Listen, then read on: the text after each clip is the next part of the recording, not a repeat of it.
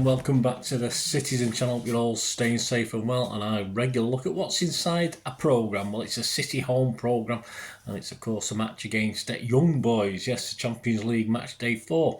The game went well. What's about the programme? Well, it's the usual big massive thing that we've got. I've managed to keep them dry since that since that episode a couple of years ago, and managed to get mine soaking wet and wrecked. And I had a big rant about how big the programme was. I still don't like it, and the fact you're paying a £5 rather than £4 just for bigger writing is still annoying, but hey, we get over it. We move on, don't we? Of course, it's looking at a different market, isn't it? The Champions League, get all the tourists there and stuff like that. So we'll have a look at this one today, please. We'll check out any facts and oddities. And humour, well, there's one funny thing. There's a funny advert in it anyway, but we'll talk about that in this hard copy memory of the game, of course. Please, if you are new to the channel, push that subscribe button, push the bell notifications, everything. City past and present, of course, little information vlogs like this, previews, reviews, history stuff, lots of different things. It's like a magazine vlog I put together, so please, as I'm recording this, I'm very, very close, hopefully. Well, when you're watching this, I may have passed it, but I'm very close to 3,500 subscribers, so if you can push me over that, guys, I'd be much appreciated, and give us a like, give us a thumbs up. That'd be even better as well.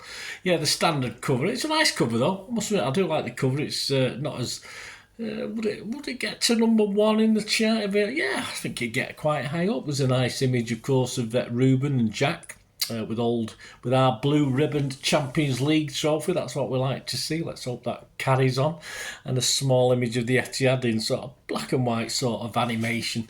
Yeah, it's not a bad cover. I like it. It's big, but it's not a bad cover.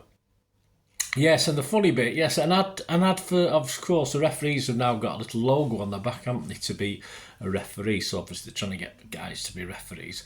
But whether Michael Oliver is the prime example, I don't know the lady that's on it, but as far as Michael Oliver's concerned, is he either got to put people off rather than make them want to be referees? Possibly, so I wouldn't have used him. Who would I have used?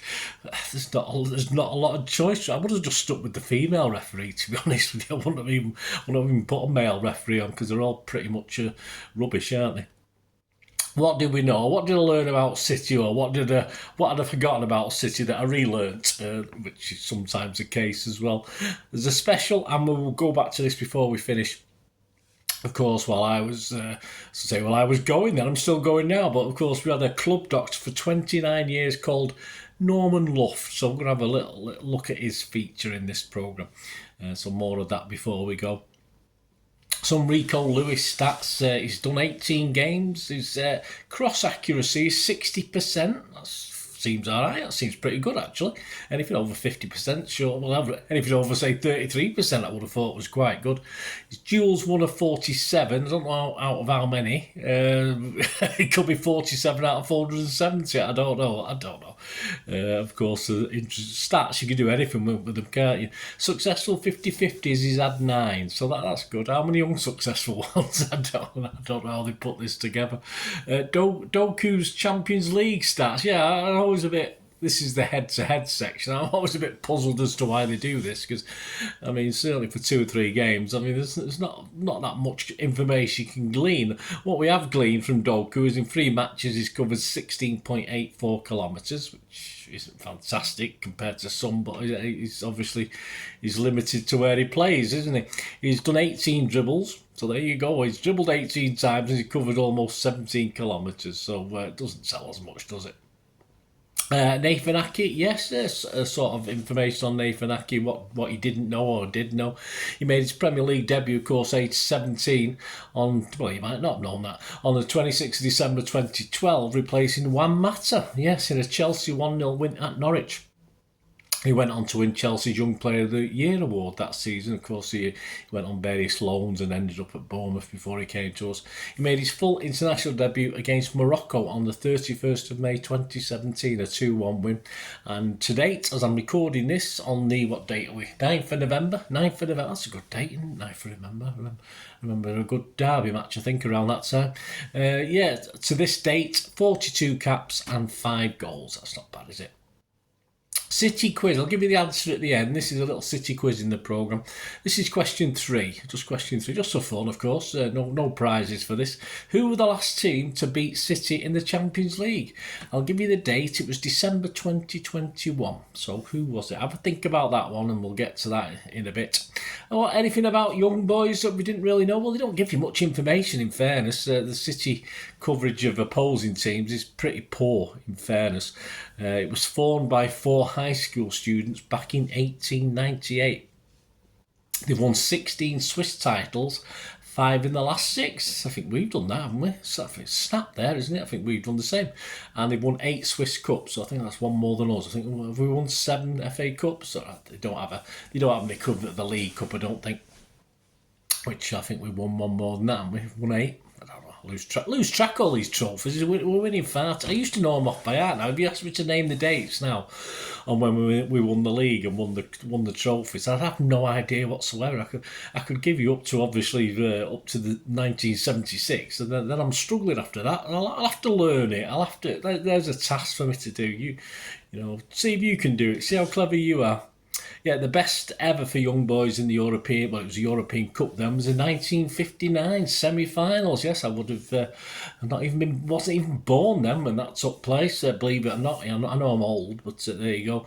So that's their best they've ever done in the European Cup, a semi-final place. Image of the day. Well, yeah, it's 2 images actually. It's taken from Willie Donachie's main game feature, although it's not a main road match we're seeing images for. It's actually, they were both taken in the 1971, where we lost in the semi-final to Chelsea, of course. 1971 Cup Winners' Cup quarter-final replay. Yes, we'd lost 2-0 over at Gornick, and then we beat them a cracking game at Main Road. I was there that night. 2-0 to even it up at 2-2, but rather than extra time and penalties, we all, well, I didn't, I was far too young, we all had to go over to Copenhagen for a one-off replay. And those images are from that game. We won 3-1 in neutral Copenhagen in front of 12,100. I could see some arms raised in the crowd there, and obvious City fans. So there must have been some there in the 12,100. Were you there? Let me know. With goals from Young, Booth and Lee. And the images are great. And there's a great one of Tommy Booth, of course, celebrating. And number 4, I assume, is Mike Doyle. It's not the clearest, but I assume he was wearing number 4 that night. But the other one's a bit obscure. One of the guys is obscured, and it looks a bit like looks a bit like Colin Bell, you know, his legs. It just, sometimes you can tell players by how they look, but I can't be 100% sure of that. He was playing that game, and of course in the background I think that's Francis Lee that's a bit blurred in the background. So, but 2 great pictures.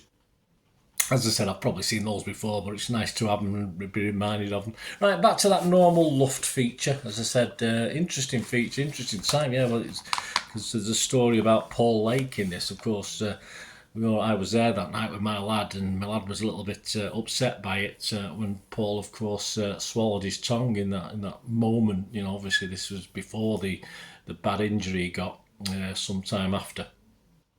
So I'll read this out anyway, I'll give you the information. It's the In the City feature, and it's Norman Luft.